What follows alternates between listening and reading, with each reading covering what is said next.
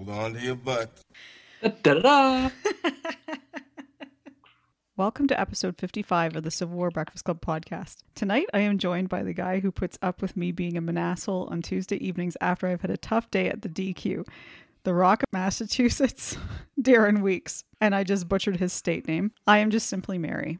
You're not just simply Mary. Wow, that was a smooth as silk intro. Holy crap. No, Wow. it wasn't. That was horrible. Wow. You had all day to work on that, too. It That's what you did. come up with. Wow. What incredible. So, hey, told you. what is going on? How are you? Happy Tuesday, Mary. How are you? Happy Tuesday to you too. Oh, thank you. Well, it's always a train wreck when I do the fucking intro, but you let me do it every other week anyway. Oh, I let you do it. Anyway, how Anyways. are you? I'll go. It's awesome. It is great. Fall is in the air. Footballs are going to start flying this Sunday down here. Yep, go And we're Pats. looking forward to We're looking forward to the autumnal season starting, which means pumpkin beer. I was just pumpkin going to say coffee, pumpkin and beers. football. So we are ready. We are ready. We're ready to go. And hoodies, finally. Hoodie season is finally here. Hoodie season is here. No question about that. So you have a good weekend? You have anything going on in your life? Exciting? I did. Yes. It was a nice long weekend. How about you? Oh, same. Very good. Very good. Had some Had a beers good live with, weekend. some beers with good friends. Oh. Had some beers. Absolutely. Beers are good. And now we changed gears. Speaking of football, we made an audible at the line of scrimmage this week, Mary. Okay. We did. We were going to do Cheat Mountain. Mhm. Wait, we're not doing Cheat Mountain still, right? No, we're not. Okay. All right. Go. No, we said fuck that on Wednesday morning. We were like, let's do Chantilly instead. We're going to do the Battle of Chantilly, which is last week we did Bronner Farm, which is the beginning of the Second Manassas Battle. Yep. And now we're going to go to the postscripts of the Second The Manassas rear. Battle and talk about the rear. But enough about Kearny. The Battle of Chantilly. We'll get to him later. So we're going to talk about the Battle of Chantilly, which took place on September 1st, 1862, which was the culmination of the Northern Virginia campaign for Robert E. Lee. And it was really the end of the road for old John Pope. Yes, it was. And it's going to be the end of the road for two other people as well that are part of the Union Army. And I currently am sitting at Chantilly. Or at least that's my background. You are? Yes, thanks to one of our listeners who very kindly emailed us some photos of his visit to Chantilly. So I decided to use one of them as our And if you've been to Chantilly, that background is pretty much the entire battlefield. It is. That's pretty much it. So there's not much left to Chantilly. Before we get down to we're going to talk business, battlefield preservation. We're going to be talking about down the road with some friends. We'll talk about later. Yes. But, sorry to steal your thunder, Mary. We have business to take care of. We do. That's what I've been trying to get to. Oh, okay. Rude. So, what beer are you tonight? I am drinking from the great Treehouse here in Massachusetts. It's called Julie-ish. It's Nice. It's basically Julius Light, and I'm drinking out of our original Civil War Breakfast Club company mug with Alexis and David on it. So that's my deal today. That's what I'm doing. What about yourself? I am drinking Voodoo Ranger IPA by New Belgium, which is it's one of my favorite beers, so I got that for tonight. And I'm also drinking it out of our company mug, which you so kindly bought last year for me. Thank you for that. Very good. Very creativity again. Right on target. Yes. Right on target. So anyway, about the Chantilly thing, Mary, we're going to talk about this. So we talked before about how this was the end of the North Virginia campaign and the following Second Manassas, which we know took place on August 28th through the 30th. And I do say the 28th because Bronner is part of the battle, in my opinion. Real quick, we're not going to go into Second Manassas. I'll refer back to episode 2, Mary. Yes, if you would like to learn about Second Manassas. We will talk about it in painful detail, but today, just real quickly, it is a one-sided hammer versus a nail Confederate victory in the Second Manassas. Over 100,000 soldiers fought in this on the old Bull Run battlefield in the previous year, resulting in over 22,000 casualties combined. Robert E. Lee routed General John Pope, his Army of Virginia, and it was one of the most decisive beatdowns in all of the Civil War. It was going on at a time when things were not going too well in the West. It was a very bad weekend for old Abraham Lincoln. What this basically did was it kind of catapulted Robert E. Lee to his invasion of the North in what this battle kind of is. So real quick, Robert E. Lee, Army of Northern Virginia, he didn't like John Pope too much. We talked about it last week. I think many people thought he was a dick. Phil Kearny thought the same thing of John Pope, but I think Phil Kearny thought that about a lot of people. Yeah, Kearny, well, he's all right. But John Pope was very arrogant. We talked about that before. In the West, he was used to seeing the soldiers' backs. They were running away. Yeah. And Robert E. Lee didn't like him. John Pope was someone who was just very cocky, and Lee, like many people, including people in his own army, didn't like him. Robert E. Lee just finished beating him down at Second Manassas. He wanted to finish the job. So John Pope is planning on a full retreat. Now, this isn't a quite full retreat like we talked about the retreat from Gettysburg. It isn't that many people. Yeah. What John Pope wants to do, he wants to retreat back to the safety of those Washington defenses, about 30 miles away from the battlefield as the burb flies, right? That's how close it is. He wants to get back. Lee knows Pope is going to want to retreat. So what he wants to do is he wants to cut him off before he can go. Now, there's only so many places that John Pope can escape to. He is going to go heading towards Centerville, which is originally where the John Pope thought Stonewall Jackson was, just not too far away from the battlefield. And that town is right along the retreat path. What Lee wants to do is he wants to get there before his army does, stop them there and finish him off and put him in the dirt, right? He orders Thomas Stonewall Jackson to go ahead and do it. He wants Jackson to get between Pope and Washington, and along the way, there is a road junction in a town called Germantown, Virginia. He's going to try to get them there. Lee knows Pope has to go through that road junction to get to Washington. So what he's going to do is on August 31st, one day after the battle, the Second Manassas, old TJ is on the move, right? He's moving along north along a road called Gum Springs Road. The best road names. What a fantastic name. Just Gum Springs Road. Is that near, does that lead to Sugarloaf Mountain? I think it does. Yeah, who knows? Anyway, so he's going on that road. And when he gets there, he's going to get to a road called Little River Turnpike, which is going to turn east. Now, what he wants to do is he wants to get around John Pope's right flank. He's going to cut him off before he does. So that's kind of what the game plan is. He's going to take his entire left wing, which is 20,000 guys, is what he's going to do. And he wants to get there and he wants to finish him off and he wants to end it right then and there. Lee wants to, at the very, the most he wants to destroy Pope's army, but at the very least, he wants to scare him into going back into Washington's defenses just to open the way for him to get north. So he knows that even if Jackson fails, it's still going to be to his benefit because he's going to be able to get to the north. Now, the other thing that is going on with Pope is having a lot of pressure from Halleck to attack Lee again. Halleck writes to Pope, "You've done nobly. Don't yield another inch if you can avoid it. All reserves are being sent forward. Can you renew the attack? I am doing all in my power for you and your noble army. God bless you and it." So there's a lot of pressure for him to attack, but that's because we've seen the situation, recently. Battle of Richmond has already happened. That's been a complete failure for the Union. So there's a lot of pressure on Pope to get this much needed victory. Don't forget Richmond, Kentucky we're talking about. Yes. I don't want to confuse you, man. It's Richmond, Virginia. Okay. Yeah. This is the arrogance of Pope. So Halleck's like, well, back up your shit, right? You're talking big. You just got beaten up. I want you to attack again. And Pope is like, oh, no. He's doing the General Thomas thing. And, right. And the problem is the morale of the army. The one thing that you read a lot of in the reports after this from the soldiers is that the morale of Pope's army is completely low. One said there's no denying, however, that we had lost the prestige by the defeat of Manassas. And Manassas was a real cold water in the face for a lot of people in Washington because this is a situation coming off of McClellan's getting kicked off the peninsula. Now you have a chance to try to win a battle. They kind of had the jump a little bit on Stonewall Jackson or Bronner, but it ended up getting really bad for Pope because of his obsession with Stonewall Jackson. He didn't keep an eye on James Longstreet, and the rest is history. So by the end of August 31st, the end of that day, Stonewall Jackson's army, like I said, 20,000 guys, is starting to arrive at the site of the modern-day Pleasant Valley Golf Club, which is just a few miles west of the town of Chantilly, Virginia, which is named after a plantation. But doesn't matter. And now I have the monkey song in my head, Pleasant Valley Sunday. Daydream Believer. I do love that song too. A great song. So Stonewall's going to camp for the night because he wants to go to sleep because apparently all he does is sleep. So that's what he's going to do. I know, right? He's like napping again here. I'm like, dude, what the fuck? Like, nothing wrong with a good nap. Give him a break. Give him a break. Okay? Oh, don't worry. I had a good nap Sunday morning. Anyways, so that's where Stonewall Jackson's going to be. He's going to sit there and wait. He wants to camp for the night near this golf course. And you can still see the golf course there. That's where it was. So September 1st, 7 o'clock in the morning, okay? Jackson's army is up and they're on the move again.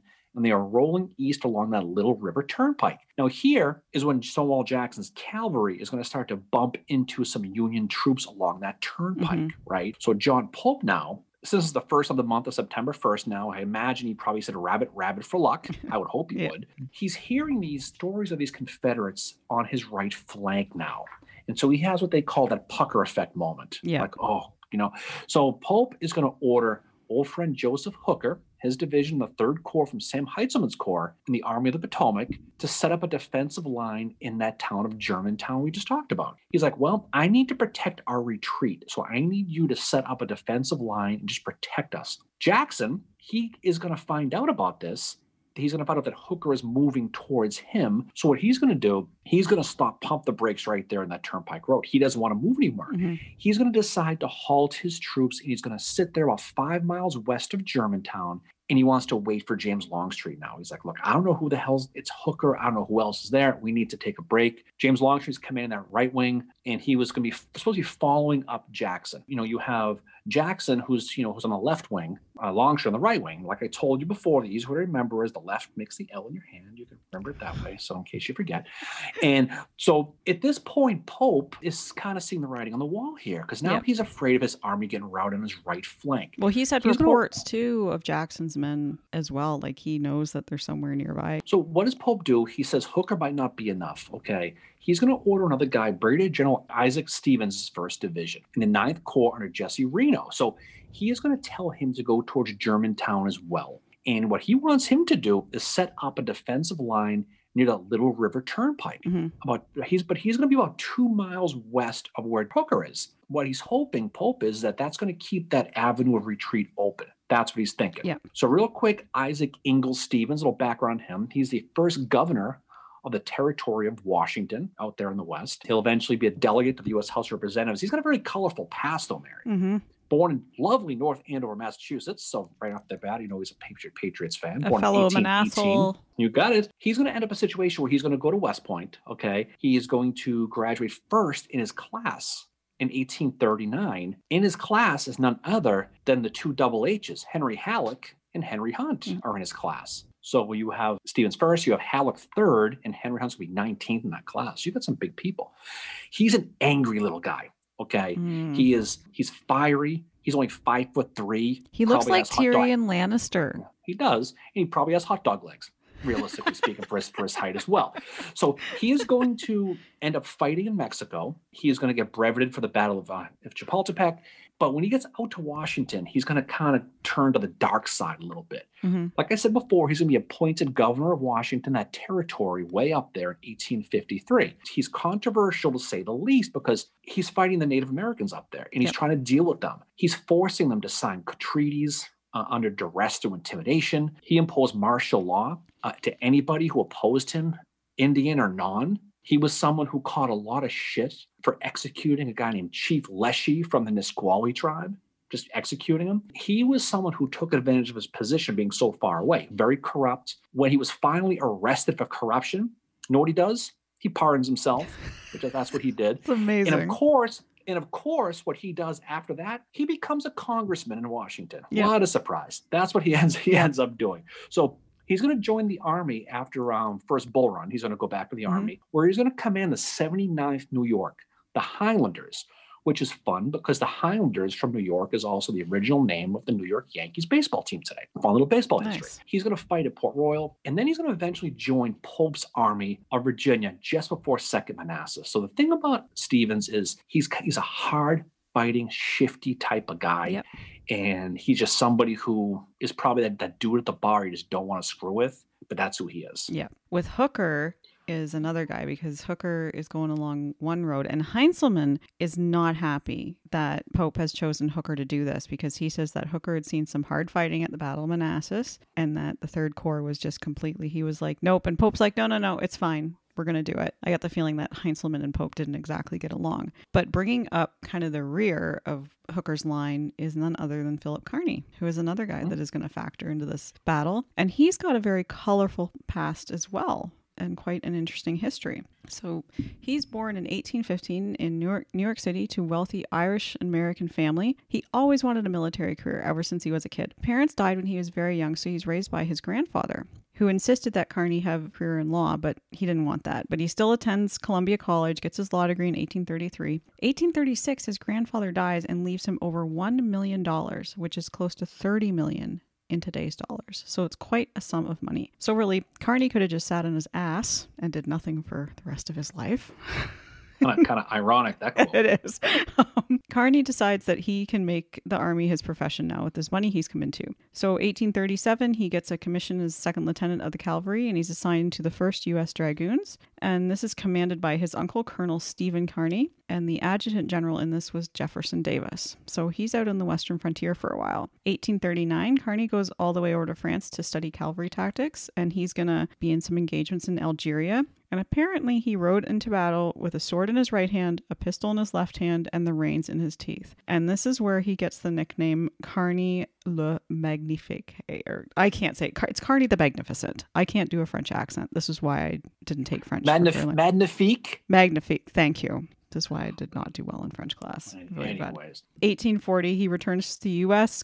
And writes Cavalry Manual for the Army based on his experiences. He's an aide-de-camp for both Alexander Macomb, who's going to end up being killed, and Winfield Scott. And he also serves on the frontier again, too. So he's accompanying his uncle to the South Pass of the Oregon Trail in 1845.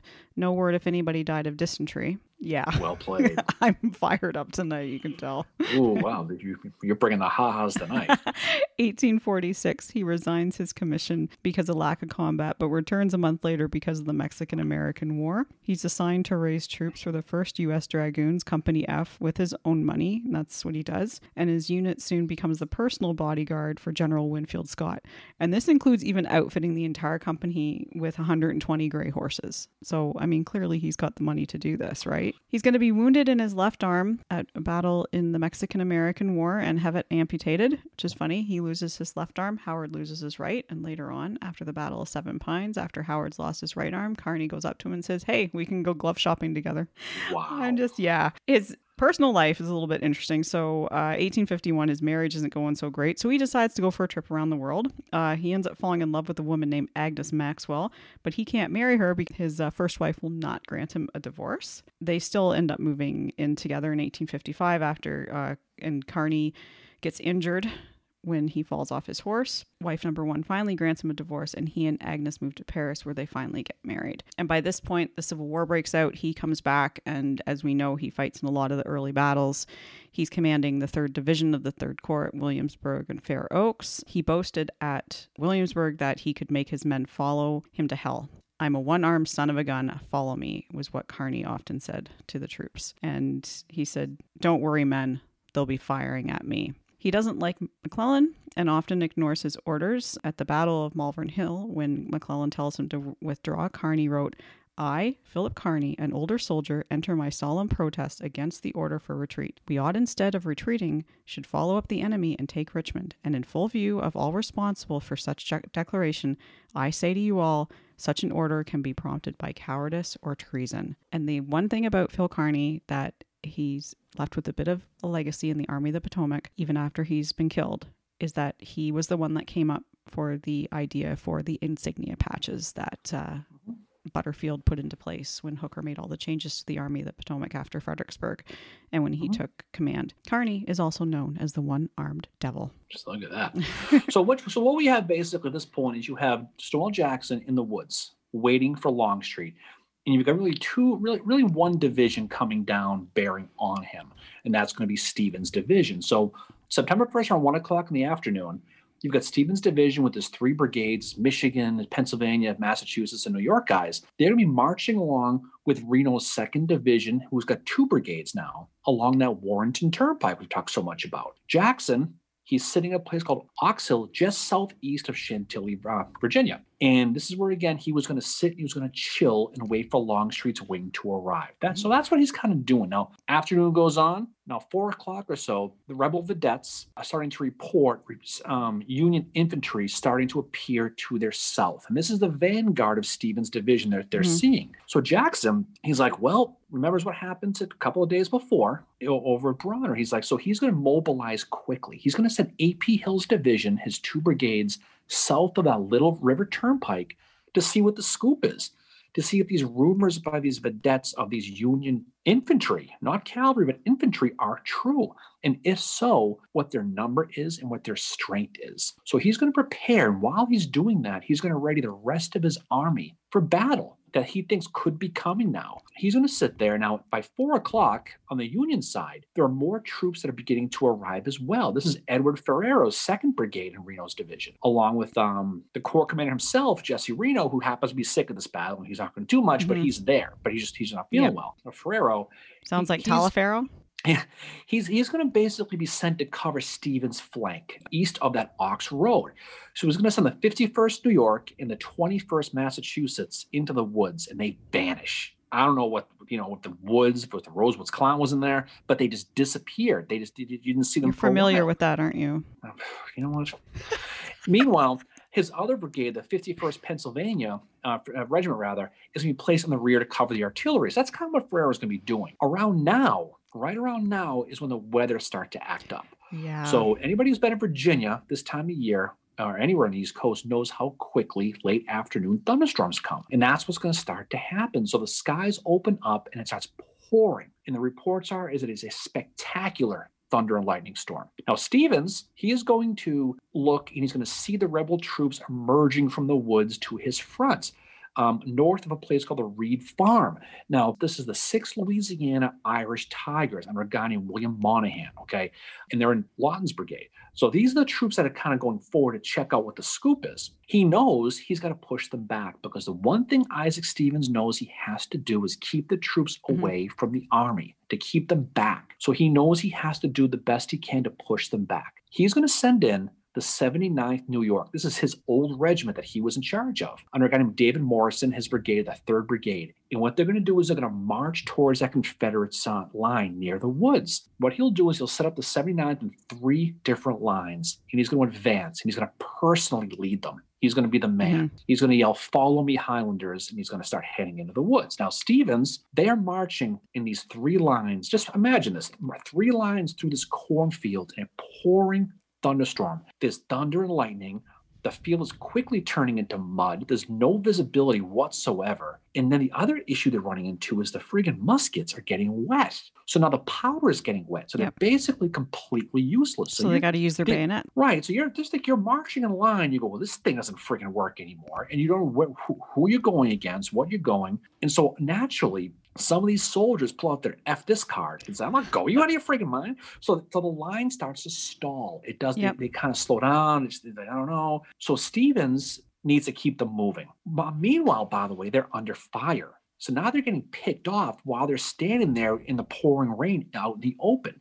1 color bearer falls, 2, 3, 4, 5. The 5th one falls, okay? They're getting picked off by these troops in the woods. Stevens is going to grab the regimental colors at this point from the color bearer who just got shot. And while he grabs the flag, the color bearer yells to him, "For God's sakes, General, don't take the colors." He yells at him. Yep. Stevens does anyway. He's going to grab it. And as he does this, he's going to step over his wounded son, who just got shot. Hazard Stevens is his name. Now, Hazard Stevens is going to survive, as a matter of fact. He cries out to his father, "Help me, help me." And his father just keeps on going, just ignores him. Now, he is going to survive, and he's actually going to be the first guy in Washington State to climb the top of Mount Rainier a couple years later. The useless fact, but that's what's going to happen. He's going to ignore his son, and he's going to grab the colors, and he's going to start yelling. He's going to yell, "Follow your general." He's going to start to move. Now, these Louisiana Tigers start to back off at this point. Stevens is going to get to a fence where the rebel line was, and he's going to step over the fence. And while he's standing there on the fence, he's going to be shot in the side of the head, and he's going to be killed instantly. He's going to be out. And after his body's going to stay there in the mud. And the way he fell, the flag wrapped around him. Yep. Just the way he fell. And so his body, when they found him later that day, he was still clenching the flag. That's how hard he was holding on to it.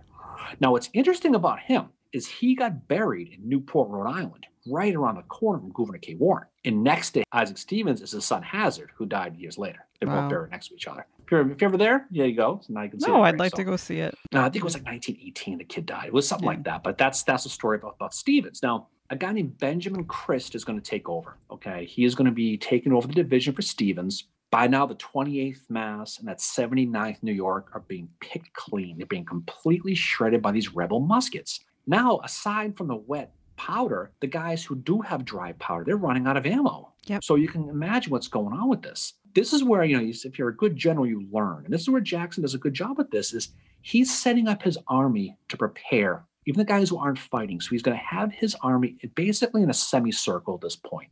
The left flank is going to be anchored on that little river turnpike. The right flank is going to be behind those woods. And they're going to be set up that way. Predictably, Stevens' division, after Isaac Stevens is killed, starts to fall back. I mean, they do, right? Yep. You have the death of the commander shot right in front of you, just like that.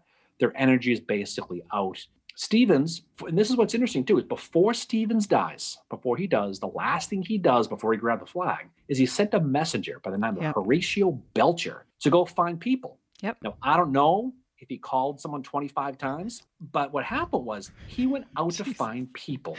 And who does Belcher find is Phil Kearny. Yep, he finds Phil Kearny on the Warrenton Turnpike. He tells him about Stevens' call for help. At Seven Pines in Glendale, Kearny had been called in to save the day. And here he is being called in to save the day again. General Kearny is going to go up against A.P. Hill during this severe thunderstorm. When he arrives there on the battlefield, he thinks that there's a gap in Stevens' disorganized line. He has Birney's brigade on Stevens' left and orders him to attack. And then he goes over to the 21st Massachusetts and he curses at them and he threatens to turn a battery on them if they don't advance. And one of them recollected afterwards, under his sneers, threats, and curses, we again moved forward. But Kearny still believes that there are rebels out there in his front.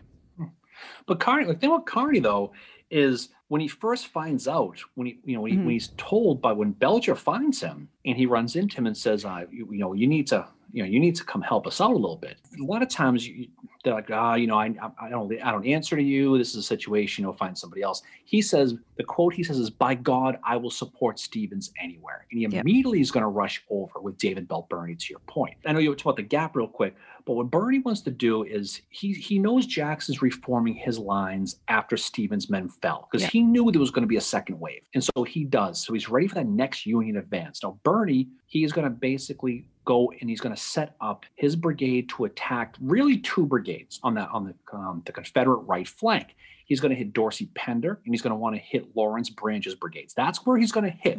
And so it's on the 3rd and the 4th Maine, 1st and 38th, 40th, 101st New York, and the 57th PA. So that's the plan. He also thinks, Birney does, that Stevens' battered division is going to help him at some point, that they're going to support him. And so he asks a guy named Colonel Orlando Poe, which is Kearny's 2nd Brigade commander, to line up on his flank. And this is when Kearny starts looking for people, because he knows he needs more people. So he's going to ride off desperately looking for more guys. And I mentioned before, he's going to go right off to look for some. The first people he finds is at 79th New York, who just got their asses astroglided earlier in the Stevens fight. And so he's going to find them and he's going to say, I need you guys to fight. And they're going to go, well, A, we're beaten up, and B, we have no ammo. So sorry, these aren't the droids you're looking for. so he has to go ride on. So that's when he finds that 21st Massachusetts you mentioned, that Farrow's 2nd Brigade under Reno's division. Now, this is that regiment that disappeared in the woods. So whatever the hell they were doing, they're back. And this is just east of that Ox Road. When he orders them, and this is the thing, is I'll tell you right now, no Massachusetts man wants to take any orders from a New Yorker. I'll tell you that right now, first and foremost. When they get that order, when Kearny orders them to join Birney and reinforce that right flank, the colonel of the 21st Massachusetts bitches. No. And it's going to have huge, huge consequences for the military and for Kearny personally. So Kearny is still, he's being typical Kearny, as we said, he's like, I will turn a battery on you if you don't move, kind of thing. But he also refuses to believe that there's rebels out in his front. And Walcott introduces prisoners to Kearny from the 49th Georgia and was like, here you go. And Kearny responds, God damn you and your prisoners. And then Kearny goes and spurs his horse forward. And this is where things don't go so well for Kearny at all. He's going to ride forward, and the 21st Massachusetts is dilly-dallying. Yeah. They must have been at Dunkin' Donuts there because they were in line taking They stopped at the DQ. So Kearny wants to know what the hell is taking them so long. Yeah. They're just slow. So he rides up and he's right in that cornfield near the wood line. And he's hearing reports that there are rebels in the woods and nearby. And he's just going to ignore them. And so he's going to ride in that cornfield to check out the situation, to see what's going on with the 21st mast and the overall situation. He's going to run into a bunch of Georgians under Edward Thomas, right? Yep. He's going to try to escape. They're going to tell him to surrender, and he ain't going to do it. And it ain't going to work out too well for old Kearny. No, it doesn't. He basically gets close up and he called out. He was really bold. He called out, "What troops are these?" And the response was 49th Georgia. And at Glendale, Kearny had managed to bluff his way out of a similar situation. He wrote his wife after Glendale and said, "A rebel captain mistook me for a rebel general, and off I went." And he's thinking, I can do the same thing. So, no, the 49th Georgia apparently have much better eyes than the other guys that he was facing at Glendale. And one of them says, "That's a Yankee officer." My accent is horrible today. Anyway, Wow. Kearny spurs his horse forward, and as he does, he leans down to avoid getting shot. So he's leaning pretty much flat down on his horse. And that's when he gets shot at the base of his spine. He's going to be shot, and the bullet's going to enter him, and it's going to come out his shoulder, and he's going to be pretty much killed instantly. The ironic thing about it is not long before that, he had that quote where he said, "A rebel bullet that can kill me has not yet been molded." Yep. But he's going to be shot through the old backside, and it's going to come out his shoulder, and he's going to be killed. And it's going to be the end of him. Now, the thing about Phil Kearny is he's one of those rare generals, very unlike Pope, where he's apparently universally respected on both sides. He is. A.P. Hill is going to see Kearny fall. And upon realizing it was him, he yells to whoever in the 49th Georgia, "You've killed Phil Kearny. He deserved a better fate than to die in the mud." At that point, the Confederates start ransacking his body. They'd start taking his watch, his boots, anything they could get a hold of. Robert E. Lee is going to find out about this. He's going to be pissed off. He's going to demand everything be returned. He's also going to make sure any personal papers he has on his body to his wife are burned, because he doesn't want anybody reading anything that might be sensitive to. So Lee's going to demand everything be burned. But that's the respect they have for a guy named Phil Kearny. Yep, and he sends him forward under a flag of truce the next day. And he writes, "I send it forward under a flag of truce, thinking the possession of his remains may be a consolidation to his family." And as you said, you're absolutely right. He is respected on both sides. Now, Pope didn't like him. Kearny was a bit of, I think he had a bit of a temper on him, and he didn't like too many people. But one soldier said, "A loss which was deeply felt. He was a man who was made for the profession of arms. In the field, he was always ready, always skillful, always brave, always untiring, always hopeful, and always vigilant and alert." George Templeton Strong said that I don't know whether he understood strategy, but he was a dashing, fearless saber who fought in Mexico, Algeria, and Lombardy, and loved war from his youth up. Another man in the Union Army said, "A stormy end to a stormy life. I have to confess that in spite of the pride, the news quite unmanned me. The bravest man in the Army of the Potomac has fallen." So there is this huge level of respect for Phil Kearny. Now, just briefly about his death, Darren and I, in our research of this, we read a few different things. One that he was shot through the hip, another that he was shot at the base of his spine. And one article I came across said that he was literally shot in the ass. Because when they went to look at his body, they couldn't find an entry wound anywhere. There was nothing. So they say because he had been riding down so low on his horse, that's where the bullet went in. At least his problems were behind him. Yeah, poor Savannah. By nightfall, all Union divisions are for the most part out of gas. They're done, right? Yeah. They're low on ammo. Their energy is shot. They're going to fall back. And then by this point, the Battle of Chantilly, their Ox Hill, is over. Bernie's going to have Poe and John Cleveland Robinson, old friend J.C. Robinson's brigade, provide cover to allow them to basically fall back. So by 11 p.m., and this is what's interesting about Jackson, 11 p.m. Stonewall Jackson also begins to fall back from Oak Hill. And what he does is he's allowing the Union Army, and more importantly, Pope's army, to keep that avenue of escape open. So instead of pushing forward and trying to force the situation, they're going to fall back. Now, the next morning, 9/2, at about 2 o'clock, 3 o'clock in the morning, Pope is going to resume his army's retreat back to Washington through Germantown. Now, I mentioned Longstreet, right? Yep. Well, guess who shows up the next day? James Longstreet. And guess what he wants to do? He wants to fight. He wants to resume the fight. But by then, the horse is out of the wagon at that point. Yep. So for Pope, the good news for Pope is he was able to retreat back to Washington. He'll get back there 3 days later. He's going to get replaced by George McClellan, who's going to absorb his Army of Virginia back into the Army of the Potomac again. Pope is going to be banished to Minnesota to go watch Twins games. Okay.